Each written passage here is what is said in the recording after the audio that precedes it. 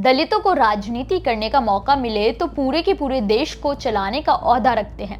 बावजूद इसके दलितों को नाकाबिल समझने वालों की कमी नहीं है। खुद से उन्हें नीच और कमजोर समझने की इसी गलती के कारण आज भी दलितों की स्थिति में कोई खास सुधार नहीं आ रहा है। नमस्कार, मेरा नाम है मोहिनी। पिछले 24 घंटे में आप दलितों के साथ होने वाली घटनाओं के बारे में जानेंगे जो इस सच को उजागर करती हैं कि जातिवादियों ने कभी भी नहीं चाहा कि दलित सत्ता हासिल करे। दलितों से जुड़ा पहला मामला भीम आर्मी चीफ चंद्रशेखर आजाद को लेकर है, जो आगामी यूपी विधानसभा चुनाव में तख्ता पलट करने के लिए एड़ी चोटी का जोर लगा रहे हैं। तो वहीं काबिलियत के कारण अब दूसरी पार्टी के लोग भी उनसे भारी संख्या में जुड़ रहे हैं। इसी कड़ी में एक हैरान करने वाली खबर सामने आई है। समाजवादी पार्टी के मजबूत स्तंभ माने जाने वाले और युवाओं के बीच बेहद लोकप्रिय नेता डॉक्टर हृदेश कुमार पाल ने आखिरकार सपा की साइकिल से उतरकर आसपा का दामन थाम लिया है। ये फेरबदल एक तरफ सपा के लिए बड़ा नुकसान साबित होने वाला है, तो वहीं आसपा की ताकत कई गुना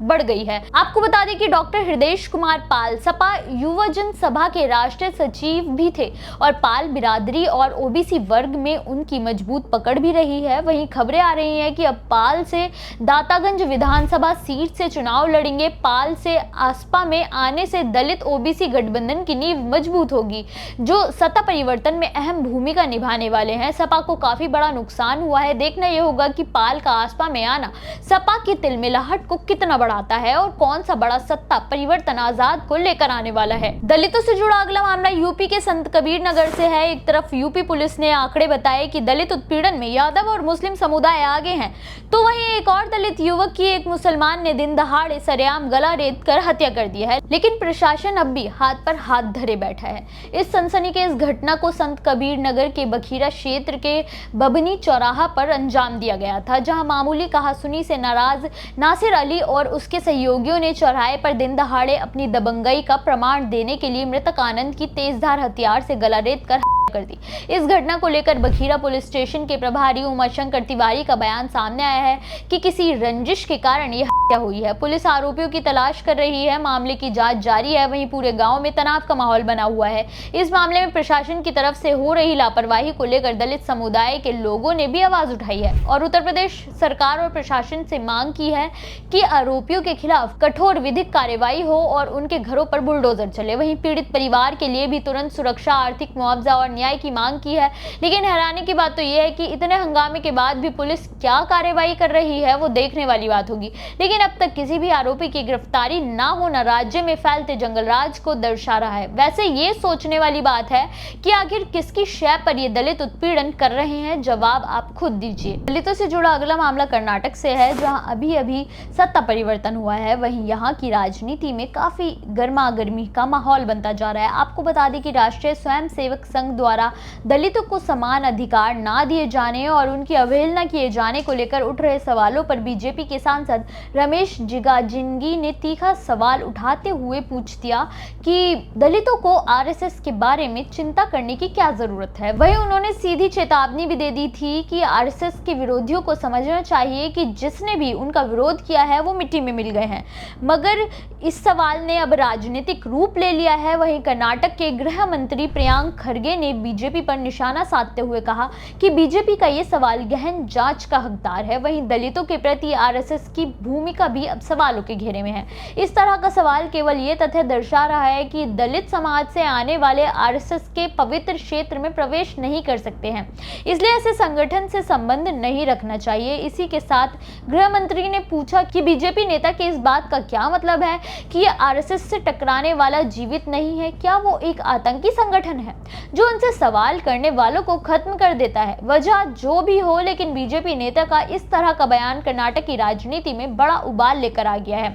वहीं बीजेपी की आरएसएस पोषित विचारधारा भी सामने आ गई है। ऐसे में पिछले कई सालों से राजनीति में दलितों को मजबूत करने की लड़ाई के बीच ऐसा बयान कहीं बीजेपी को और ज्यादा कमजोर न कर दे। अब देखना यह होगा कि क्या इस मुद्दे पर वाकई में जांच बैठाई जाएगी। अगर ऐसा होता है तो बीजेपी की रही सही इज्जत भी मिट्टी में मिल जाएगी। अब देखना यह होगा कि गृह मंत्री के इस मामले में बोलने के बाद क्या होता है। दलितों से जुड़ा अगला मामला ओडिशा से है, जहां पिछले 8 महीनों से अपने साथ हुई धोखाधड़ी को लेकर एक दलित महिला कोर्ट के आदेश के बाद भी केवल मामला दर्ज कराने के लिए ही दर दर भटक रही है। ये मामला रणपुर पुलिस स्टेशन क्षेत्र में आता है। पीड़िता ने मजिस्ट्रेट कोर्ट में अर्जी दी थी कि मई 2025 में महिला की एक जमीन की खरीद बिक्री मामले में उससे 2,10,000 रुपए की धोखाधड़ी की गई थी।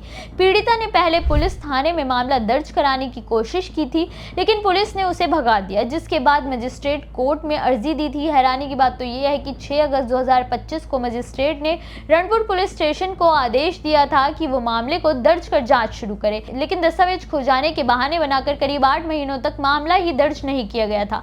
जिसके बाद जब मामला ओडिशा उच्च न्यायालय पहुंचा तो पुलिस नींद से जगी और 24 अप्रैल 2026 को मामला दर्ज कर लिया गया। मामले में हुई देरी को लेकर अब ओडिशा उच्च न्यायालय की न्यायमूर्ति सावित्री राठौर ने प्रशासन को जमकर लताड़ लगाई है। उन्होंने कहा है कि दस्तावेजों के खो जाने का बहाना न्यायिक निर्देशों की अनदेखी और न्याय व्यवस्था को कमजोर करने की बड़ी चाल है, इसलिए अब इन मुद्दों पर निष्पक्ष जांच जरूरी है। वहीं अब पुलिस ने पीड़िता के मामले की जांच शुरू कर दी है।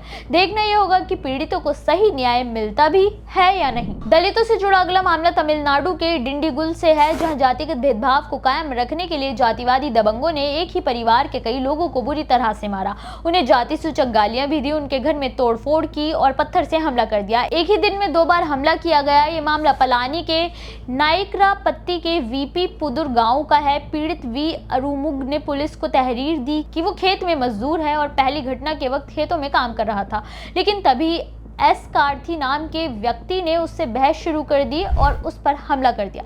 किसी तरह दोनों को शांत कराया गया और पीड़ित को इलाज के लिए भेज दिया गया, मगर रात के समय फिर से कार्थी ने कुछ साथियों के साथ पीड़ित के घर पर हमला कर दिया।